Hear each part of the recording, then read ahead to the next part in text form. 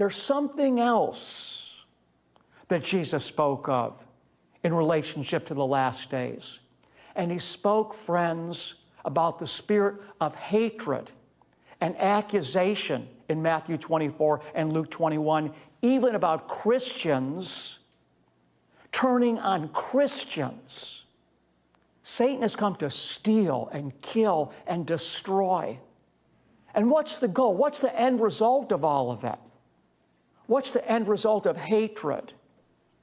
Does hatred produce life? Does accusation bring life about? I remember when Jesus' disciples said to Jesus, Jesus, look what they're doing. Should we call down fire from heaven to consume them? You know what Jesus said? He shook his head. He said, you guys don't know what spirit you're of. In the shadows of society lies a sinister reality that's hard to face: the existence of pedophile rings. It's a topic that many avoid because of its harrowing nature, but the victims deserve justice and their stories demand to be heard.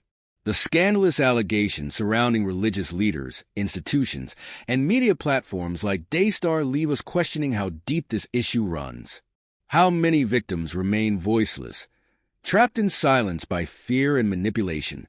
Even more alarming is when figures of authority, people entrusted with spiritual guidance like Pastor Rabbi Schneider, are implicated in discouraging victims from speaking out.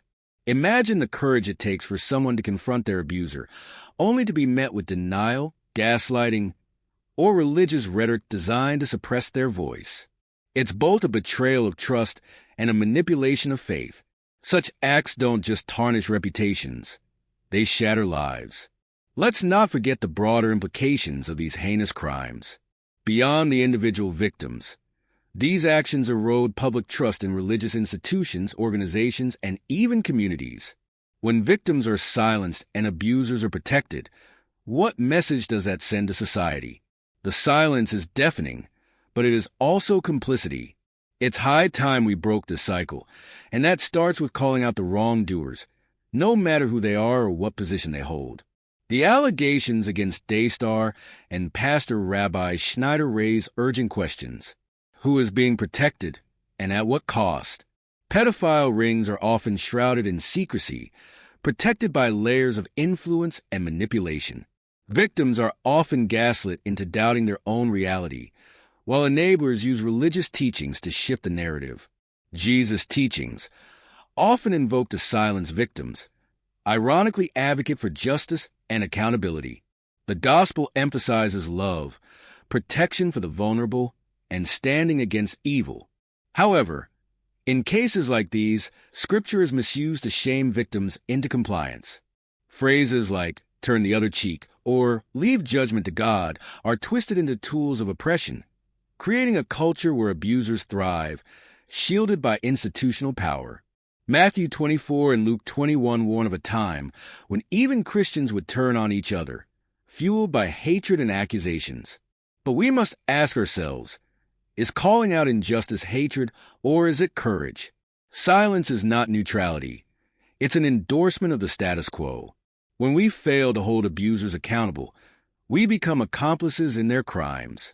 Accusations are not inherently evil. Truth must be spoken, even if it makes us uncomfortable.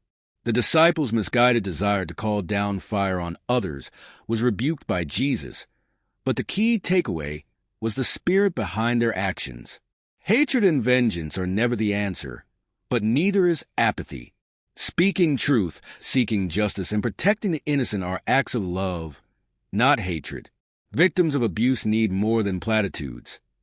They need tangible support, a safe space to share their stories, and the assurance that they will be believed. Equally, society needs to challenge those who use their power to shield predators.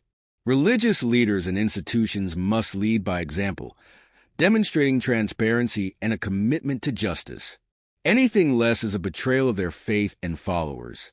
As we confront these chilling realities, we must ask ourselves, how can we, as individuals and communities, make a difference?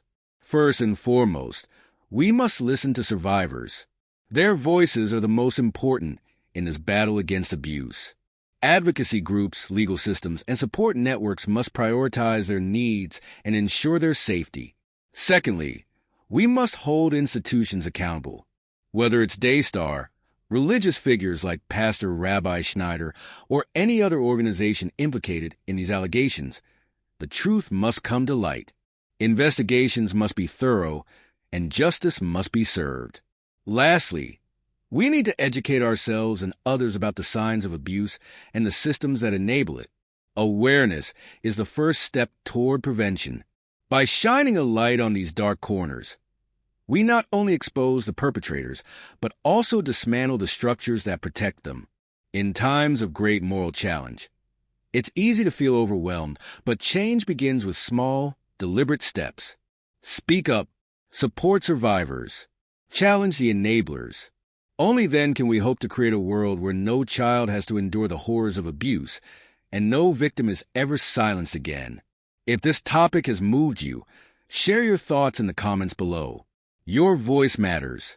Let's amplify the message, hold people accountable, and demand justice for the voiceless.